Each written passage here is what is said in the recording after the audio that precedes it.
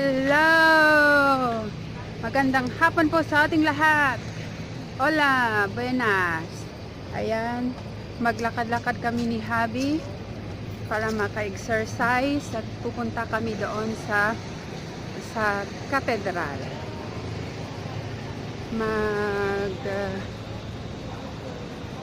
Picture doon kasi maganda daw doon yung mga antique kasi ang katedral ay napakalumang building at ang daming history daw. May mga kababalaghan. Hindi. Yung building ay was built in the 13th to 15th century. So, tingnan natin kung anong meron doon. Tara na!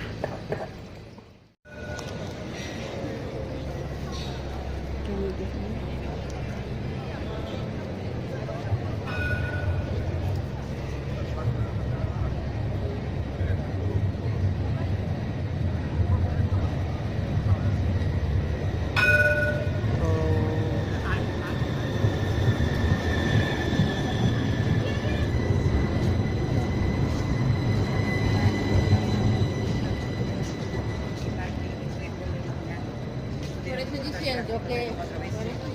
Los accesos.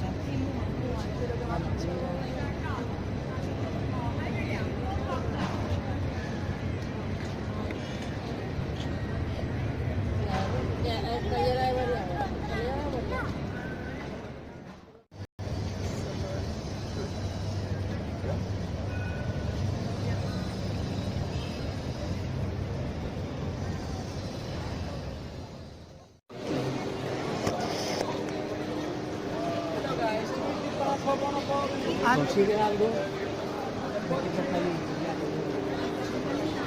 Ciao, el pullman turístico.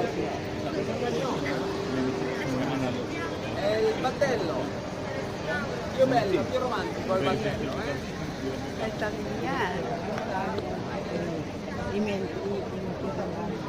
Oof. What smell? Lo que pasa acá, una coy por, tomamos un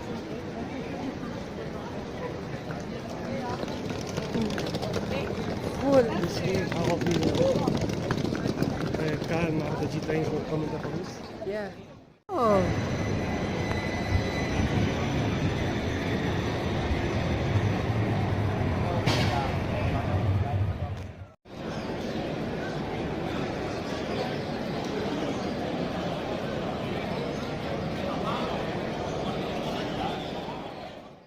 That is the Giralda or La Giralda, is the bell tower of Seville cathedrals in Spain.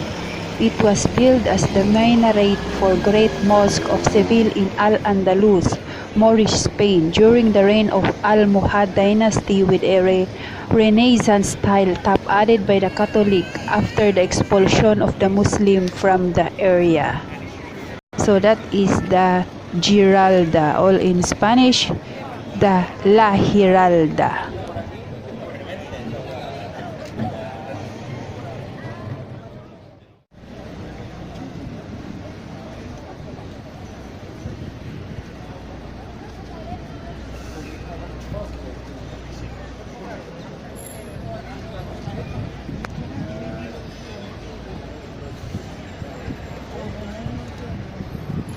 That building is the Cathedral de Sevilla. Cathedral of Seville was built to demonstrate the city's wealth as it had become a major trading center in the year 1248. And on the year 1401, the leader of the city decided to build a new cathedral to replace the grand mosque that served as the cathedral until then. In 1987, the cathedral was registered by UNESCO as a World Heritage Site.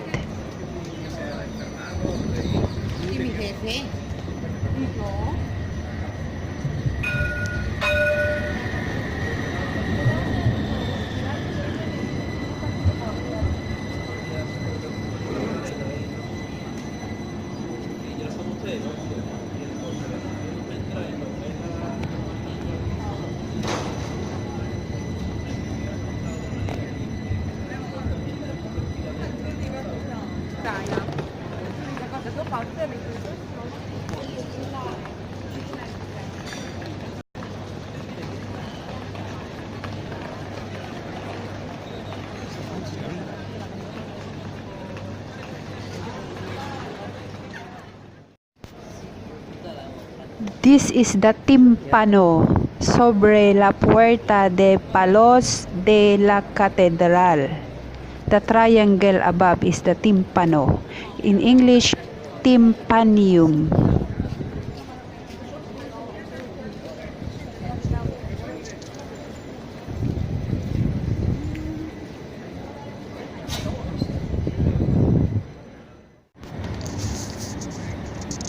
These are the terracotta statues. These are the statue of saints, bishop maybe, etc. and etc. Like Moses here, Abraham.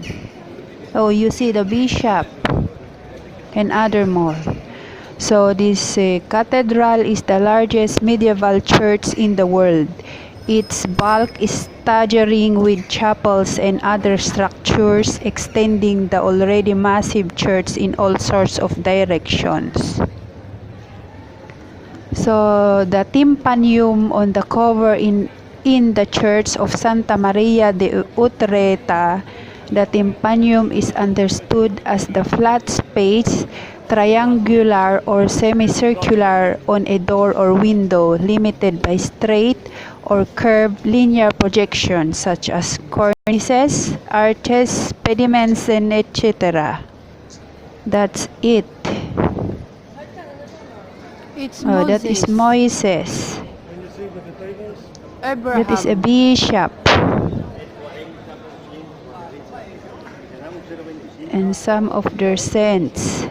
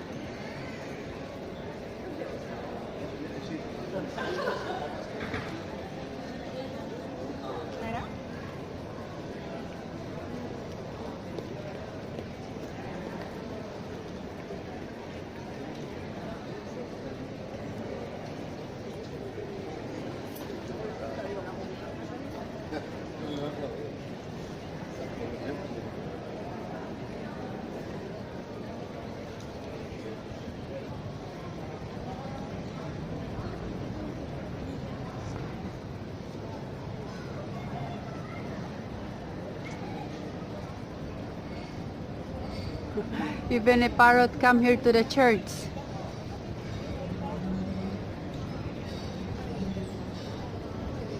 Look that parrot. What this symbolize?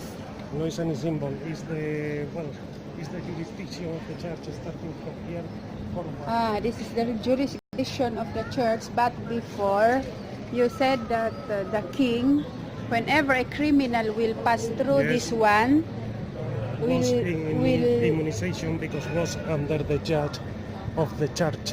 So you mean if a criminal will pass through on this line, The police of the king can take it. yes, the police of the kings, the The king Inquisition, police. yes. Huh? The Inquisition, yes. Oh, vale. I see. But Sí. always was. Calesas.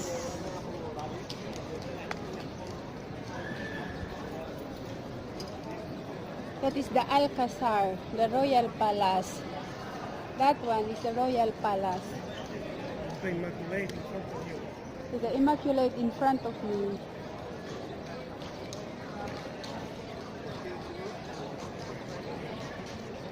Yeah.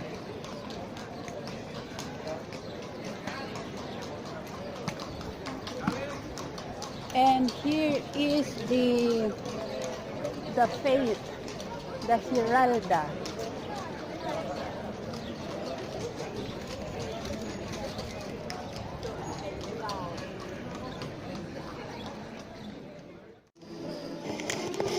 Tingnan niyo ang building na to.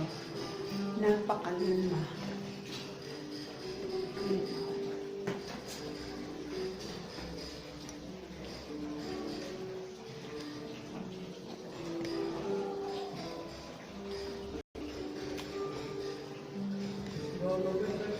Hola!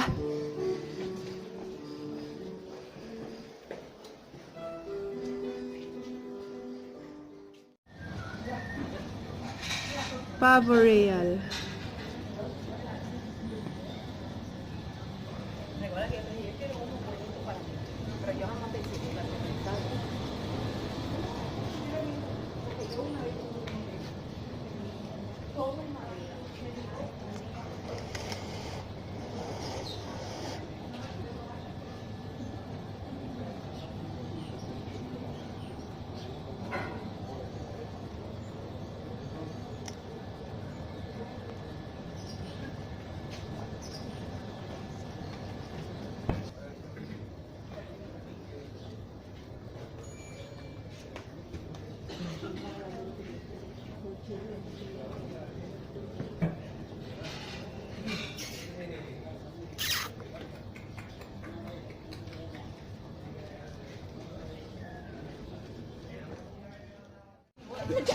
Etong mga tao na to ay galing sa Royal Palace sa Alcazar.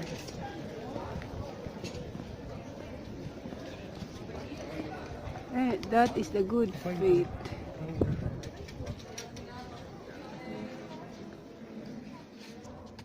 So, ayan ang aming adventure for this afternoon. Naglakad, namasya.